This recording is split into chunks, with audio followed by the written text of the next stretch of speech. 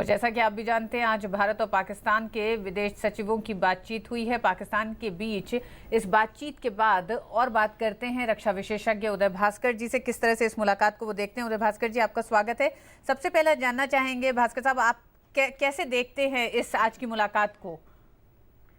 आज का जो मुलाकात है फॉरेन सेक्रेटरीज के बीच में, हालांकि ये हार्ट ऑफ एशिया कॉन्फ्रेंस के साइडलाइंस पे हुआ है, ये अपने आप एक प्रकार से संतुष्ट की बात है, क्योंकि भारत और पाकिस्तान के बीच में पिछले कुछ महीनों में तरह तरह के कुछ काफी मैं कहूंगा कि एक्सपेक्टेशंस बढ़ भी गए थे। उसके बाद जो आशाएं थी वो पूरा नहीं हो पाया और एक प्रकार का डिसअपॉइंटमेंट है, खास भारत में पठानकोट के जांच के बाद। और आपको याद होगा कि उसके बाद जब पाकिस्तान के हाई कमिश्नर मिस्टर बासित ने एक अजीब प्रकार से यहाँ पे फॉरेन कॉरेस्पॉन्डेंट्स क्लब के जो उनका इंटरैक्शन था, उस मीटिंग में उन्होंने एक प्रकार से ऐसे औपचारिक रूप से घोषित किया कि टॉक्स जो है वो सस्पेंड हो गए हैं पाकिस्तान के दृष्टिकोण से। तो उस दायरे में अगर भारत और पाकिस्तान के जो विदेश सचिव हैं औपचारिक रूप से अगर दोबारा एक प्रकार का मीटिंग अगर कर पाए हैं, तो मैं कहूंगा कि ये द्विपक्षीय रिश्ता के लिए निष्कर्ष यही है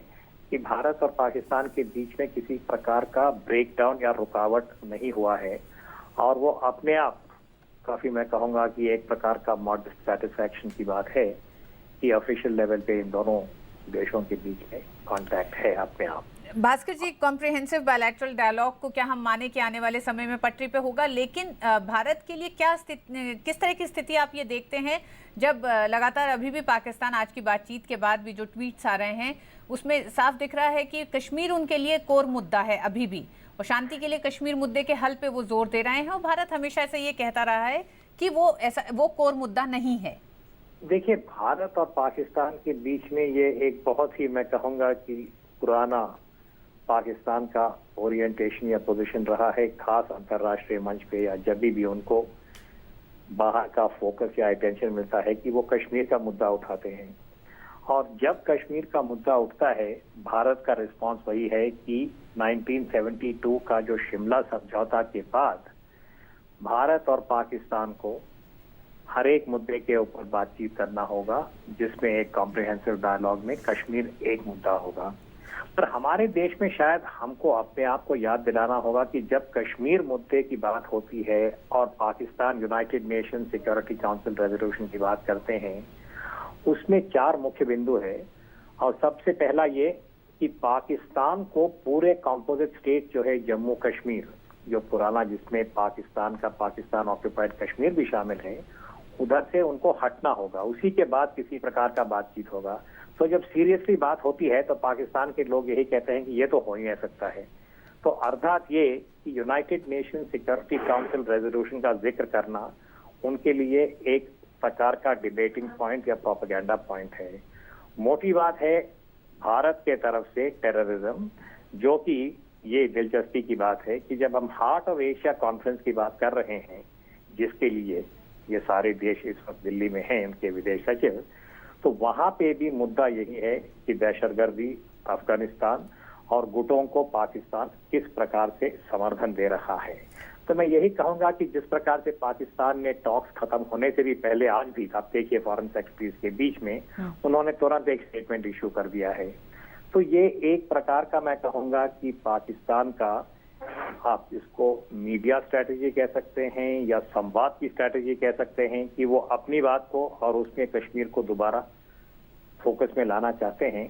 और इसलिए पाकिस्तान के साथ जब हम बातचीत करते हैं, संयम की जरूरत है कि वो यही कोशिश करेंगे कि कश्मीर का बात उठा के जो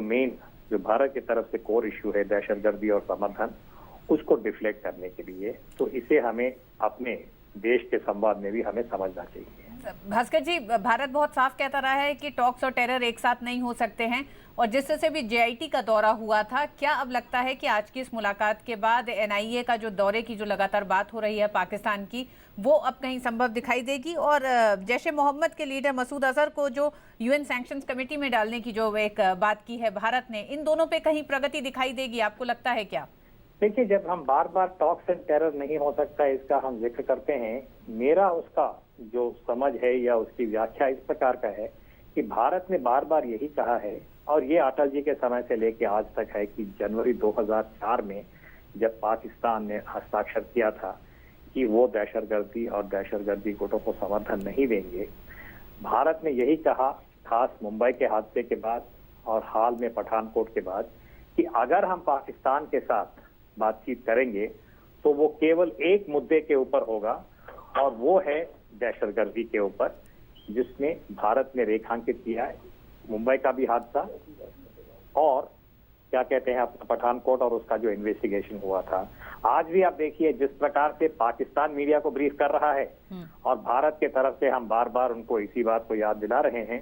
कि हम चाहते हैं कि मुंबई का जो इन्वेस्टिगेशन है उसके ऊपर प्रोग्रेस होना चाहिए, पठानकोट के ऊपर, और पठानकोट के साथ जुड़ा हुआ है मसूद अजहर, जिसका जिक्र हमने यूनाइटेड नेशन सिक्योरिटी काउंसिल में किया है, जहां पे चीन ने अपना टेक्निकल वीटो का प्रयोग किया है। तो संक्षेप में यही कि भारत को इस प्रकार का एक संयम भी होना चाहिए और दृढ़ता की, कि किसी भी मंच पे हमें पाकिस्तान की जो बार बार जो उनके ऑब्लिगेशंस बनते हैं, उनके ऊपर जो रिस्पॉन्सिबिलिटी है और उनको जो सफाई देना है इन मुद्दों के ऊपर, जब तक वो नहीं होगा हम बाकी मुद्दों के ऊपर शायद टॉक्स या बातचीत आगे नहीं बढ़ा पाएंगे। तो टॉक्स एंड टेरर का अर्थात इस प्रकार का है। बहुत बहुत शुक्रिया उदय भास्कर जी डीडी न्यूज़ के साथ जुड़ने के लिए। और जिस तरह से आज की बातचीत को लेकर सुरक्षा विशेषज्ञ उदय भास्कर का भी बहुत साफ कहना है कि टॉक और टेरर एक साथ नहीं हो सकता, और भारत का पक्ष हमेशा से यह रहा है कि आतंकवाद पर नकेल कसने की पाकिस्तान को ज़रूरत है। पीओके में जो तमाम आतंकवादी गुटों के जो शिविर चल रहे हैं उन पर एक तरह से कार्रवाई करने की ज़रूरत है, उसके बाद ही बातचीत में आगे बढ़ा जा सकता है। वक्त एक छोटे